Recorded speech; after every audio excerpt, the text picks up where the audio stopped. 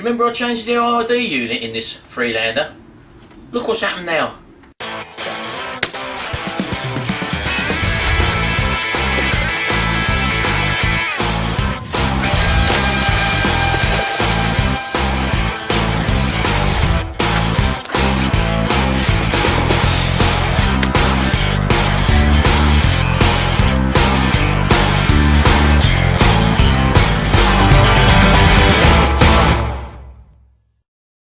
Well, just to inform you about the Freelander RD unit, as I said, I replaced that in the previous videos, which you probably watched.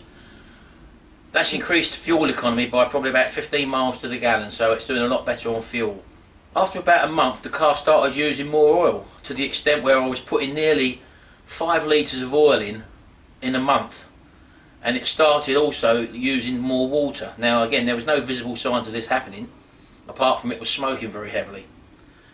So I didn't know what the problem was, and I decided to take the plugs out, and one of the cylinders had very charcoaly plugs. Let me show you. These are the 3 plugs that come out of the front 3 cylinders. That's the one from the timing belt, the next one and the next one, and this is the one that come out of the timing belt next to the battery. Now as you can see, it's oily and it's full of crud. Now I naturally assumed that all these 4 plugs were put in at the same time, and I noticed also when I bought the car this had had an actual brand new head fitted, so something's obviously wrong with that cylinder.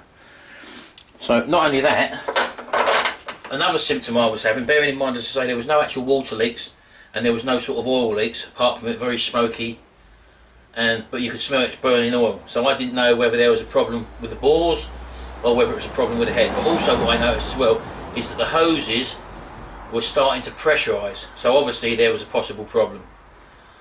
I first took the inlet manifold off, and I noticed that there was a bit of failure from the waterway to the inlet manifold, and that was obviously the water possible problem I was getting with pressurising the hoses. And to cut a long story short, I decided to take the head off because I'd realised that it didn't have the, although it had a new head fitted, it had the old first version gasket, head gasket fitted, not the uprated one. So as I started undoing the head bolts, I noticed that one of the head bolts was just sitting in there loose. It wasn't actually tight, and when I actually pulled it out, basically it had snapped. So after I took the head off, the problem I was left with was that I had a head bolt. Bearing in mind these are very long bolts going into the engine. Let me just show you where I'm at so far anyway. Stripping it down actually wasn't too much of a problem, although I haven't shown you that. This was the one here. This bolt here was actually, they go right through, as you know, those of you who are Freelander experts probably know that these are long bolts, and they actually fix into the bottom of the engine. So the bolt had snapped right on the threads deep within the engine. So what I've just had a look at these bores here. These bores are actually in fantastic condition. It's done about 97,000 miles. There's no ridge, no scoring, no anything on them. So I'm happy with that anyway. And as you probably know, you have to line the crankshaft up so that all your pistons are in the middle, which they are here.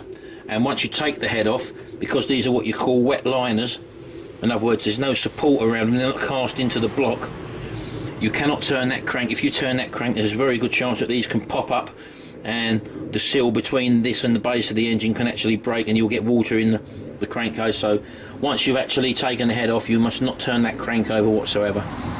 There are certain clamps you can get fitted that hold these in place if you need to turn the engine over, but in general do not turn the crank over once you have taken off the cylinder head. As you can see, it's pretty straightforward.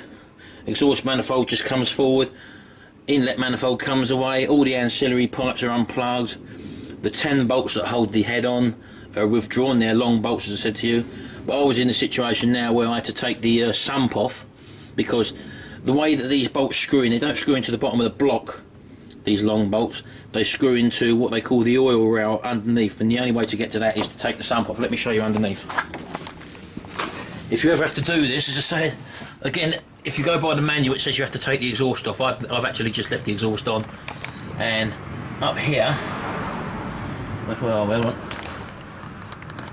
this is the base of the engine with the oil rail removed. Now up there obviously is all the crankshafts and various.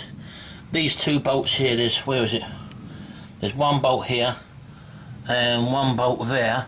I've just put the nuts back on them bolts, as you can see, but the oil rail sits here, and it's on that oil rail. These are the holes here which the bolts come through, and they actually fix into this oil rail. Now I'm just going to go inside and show you the oil rail, because that's where I had to remove the broken bit.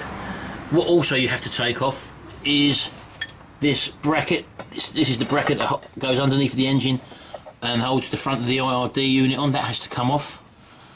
So that's just one thing you have to remind yourself of. And there's a load of bolts going around the outside of the sump, and two bolts that fix through to the gearbox there. And that is basically all you have to do to remove the sump unit, which is now, as you can see, sitting over here. So I'll just show you the actual oil bar now, where these long bolts fix into. Okay, this is the oil bar which is in the sump. These are the two holes there, where are they? There and there, that actually fix the unit up like that to the bottom of the sump, and all your head bolts come through the engine and screw into these things here. So this was the one that was actually snapped, so I had a piece of head bolt sticking in there like that, and obviously because that's deep within the engine, the only way I could get this out was to actually take this oil rail out, and it's only the two nuts that hold that on, and just withdraw. This sits into the sump. That's where your filter is, your wire mesh filter in there. So yeah, that's where your actual head bolts actually screw into. So what I think had caused that was that the person who put the head on had used the same head bolts, and don't forget these are, as you probably know, stretch bolts, and they've probably been stretched a couple of times, and as a result of that, this one's obviously failed and caused that problem which I've had. Now, as you can probably see there, I've got the uprated head gasket, which is this one here. It's quite a lot thicker actually. I don't know if you can see that. It's like a sandwich of plastic either side and sandwiching a piece of aluminium or something, or steel. I don't know exactly what it is. But then that also, the head saver or whatever it is, goes on top of that, and you then clamp the head in place. So yeah, that's the one that's going back on. Whole kit there with the bolts, I think, comes to about £45. So I'll be installing that very, very shortly. So this obviously will solve the problem. So whoever changed the head, bearing in mind it's had a new head, had not bothered to put the new type gasket on, and one of these bolts was enough, that one failed in there, was enough to cause an oil leak going directly into the bores, and for me to burn nearly five or so litres of oil, near enough in a month. So yeah, there you go. Hope that's of some help to you.